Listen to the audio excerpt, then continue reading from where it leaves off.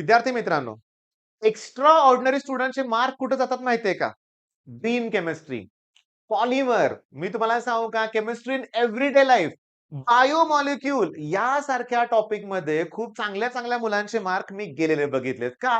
कंटाळवाणा वाटतो रे, कंटाळवाणा नाही, पाठ करायचंय. आणि इथं बघ ते नीटची तयारी करणारी मुलं आहेत ना, त्यांना हे टॉपिक एकदम भारी वाटतात बरं का, कारण ते नीट वाले ना पाठांतरच जास्त करत असतात. बरं, मुद्दा असा आहे, मग आपली वायवा सिरीज आहे ना, या टाइपचे प्रश्न जे तुम्हाला त्रासदायक ठरतायत ते इथं मी तुम्हाला कव्हर करून देतोय, बरोबर आहे. पण थांबा, मी तुम्हाला क्लिअरली सांगतो, ऑफलाईनच्या मुलांना वॉर्निंग देतोय. हा व्हिडिओ अपलोड झाल्यानंतर 15 ते 20 मिनिटाचा वेळ आहे तुमच्याकडे किंवा अर्धा तास. या व्हिडिओमध्ये मी जे पॉइंट सांगणार आहेत ना, ते ऍट एनी कॉस्ट मी विचारलं तुम्हाला सांगायला जमले पाहिजेत बरं का. किंवा मी तुम्हाला काय सांगतोय, तुम्ही कुणाला तरी तुमचं पर्सनल मेंटॉर बनवा घरात. मोठा भाऊ-बहीण असेल, आजी असतील किंवा आई-वडील कुणाला तरी एकाला मेंटॉर बनवा. तुम्ही अभ्यास करा, त्यांना म्हणावं, की विचारा हे प्रश्न तुम्हाला जमतायत का? का? हे किचकट आहे आणि कंटाळवाणं आहे लक्षात घ्या. सुरुवात करूया आपण. बघा मी आज एकच कन्सेप्टची घेणार आहे. त्यातले प्रश्न कुठले आलेत बघा. Which among the following example of one dimensional nanostructure? One dimensional nanostructure, two dimensional nanostructure. पुन्हा वन डायमेन्शन विचारलं इथं लक्षात घ्या. मग आता परीक्षेत विचारतील वन डायमेन्शनल कुठला आहे, टू कुठला आहे, थ्री कुठला आहे. गोंधळ आहे सगळा, लक्षात घ्या, गोंधळ आहे. बर, गोंधळ का आहे? नीट बघा. झिरो डायमेन्शन मध्ये सगळेच डायमेन्शन नॅनो स्केल मध्ये असतात. मग त्याला म्हणा की थ्री डायमेन्शन, पण म्हणलंय झिरो. म्हणलंय झिरो, मग झिरो डायमेन्शनल स्ट्रक्चर याचा अर्थ तिन्हीच्या तिन्ही नॅनो स्केल मध्ये. नॅनो स्केल मध्ये म्हणजे याचा अर्थ 100 नॅनोमीटर पेक्षा कमी, बरोबर ना बानो? 100 नॅनोमीटर पेक्षा कमी, बरोबर आहे. म्हणजे तिन्हीच्या तिन्ही 100 नॅनोमीटर पेक्षा कमी आहे. ऑल थ्री डायमेन्शन 100 नॅनोमीटर पेक्षा कमी आहेत. म्हणजे हे आहे झिरो डायमेन्शनल. मग झिरोचे एक्झाम्पल कुठले आहेत? Nano particles, quantum dots, nano shell, nano ring.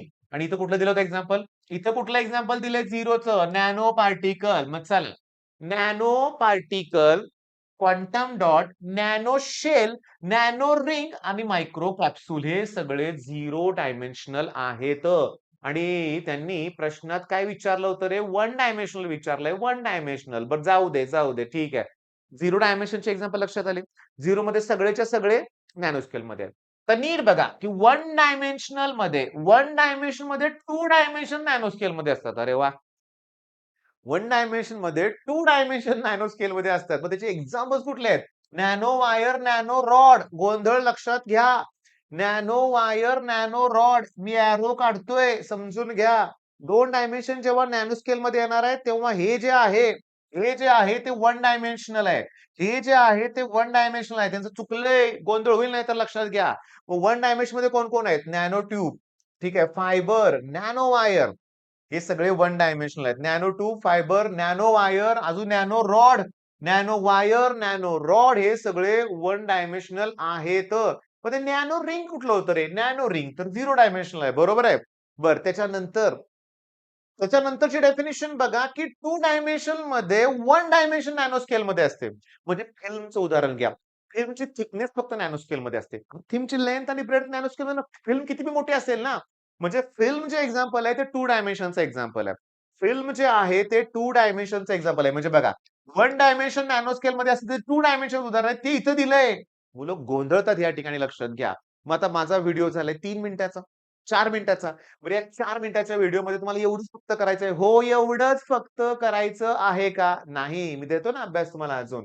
मी अजून अभ्यास काय देतोय बघा. आत्ताच्या आत्ता आपल्या क्रॅश कोर्स मधून, ओके, आपल्या रँकर्स कोर्स मधून ग्रीन केमिस्ट्री फिनिश करून टाका. माझं लेक्चर वन शॉट बघा डायरेक्टली आणि पुस्तकात अंडरलाईन करा. आत्ताच फिनिश करून टाका हे. आत्ताच करा, वाट बघूच नका, लक्षात घ्या. मग डीडीटीच्या ऐवजी काय यूज होतोय? Okay, BHC. त्याचं गॅमा आयसोबरला लिंडेन म्हणतात किंवा गॅमॅक्झेन सुद्धा नाव आहे. झेडडब्ल्यूटी म्हणजे काय? Zero waste technology. मग फुल फॉर्म सगळे करा. ओके, पर्सेंटेज ॲटम इकॉनॉमी ठरलेला प्रश्न आहे, तो करा. त्याचा फॉर्म्युला सीरीज विचारलाय, तो करा. मला वाटतं पर्सेंटेज ॲटम इकॉनॉमी बोर्डच्या एक्झाम मध्ये पण आलं होतं ना ते आत्ताच. 2026च्या बोर्डच्या एक्झाम मध्ये सुद्धा आलेलं होतं. बर, मग बाळांनो, कराल ना एवढं सगळं? कराल नक्की? म्हणजे आता बघा मी तुम्हाला सांगतो ते ग्रीन केमिस्ट्री नंतर करा. ग्रीन केमिस्ट्री हाच पॉइंट सगळ्यात किचकट आहे. म्हणजे बघा, ते काय म्हणतायत, की ते म्हणतायत, की जर 0 डायमेन्शनला ऑल 3 डायमेन्शन्स नॅनो स्केलमध्ये असतात. 1 डायमेन्शनला 2 डायमेन्शन नॉन स्केल असतात आणि 2 डायमेन्शनला 1 डायमेन्शन नॅनो स्केलमध्ये असते. 2 डायमेन्शनचं थिन फिल्म चांगलं लक्षात राहिलंय बरं का आपल्या. थिन फिल्म चांगलं लक्षात राहिलंय. लेयर, कोटिंग ऑब्व्हियसली त्याची थिकनेस फक्त नॅनो स्केलमध्ये असते. मग हे 2 डायमेन्शन पार्ट झालेत. आता 1 डायमेन्शनमध्ये काय नॅनो ट्यूब आहे, नॅनो वायर आहे आणि फायबर आहे. म्हणजे धाग्यासारखी जी अरेंजमेंट आहे ती कळते आपल्याला. पण नॅनो रिंग नाहीये. नॅनो रिंग नाहीये लक्षात घ्या. नॅनो रिंग हे 0 मध्ये येतंय. Micro capsules. कॅप्सूल पण रिंग प्रमाणात असणार दोन्हीकडे पॅक आहे समजा. रिंग, कॅप्सूल पुन्हा नॅनो शेल. लक्षात राहतंय. पार्टिकल्स, क्वांटम डॉट लक्षात घ्या. शेल, रिंग, ट्यूब हे एकसारखेच आहे. शेल, रिंग आणि मायक्रो कॅप्सूल. नॅनो ट्यूब नाही. नॅनो ट्यूब वेगळं आहे ते लक्षात घ्या. म्हणजे थोडासा किचकट पार्ट आहे, पण हे सगळं करा बाळांनो. ओके. हा टॉपिक फिनिश करा. हातातला 1 मार्क आहे. All the best.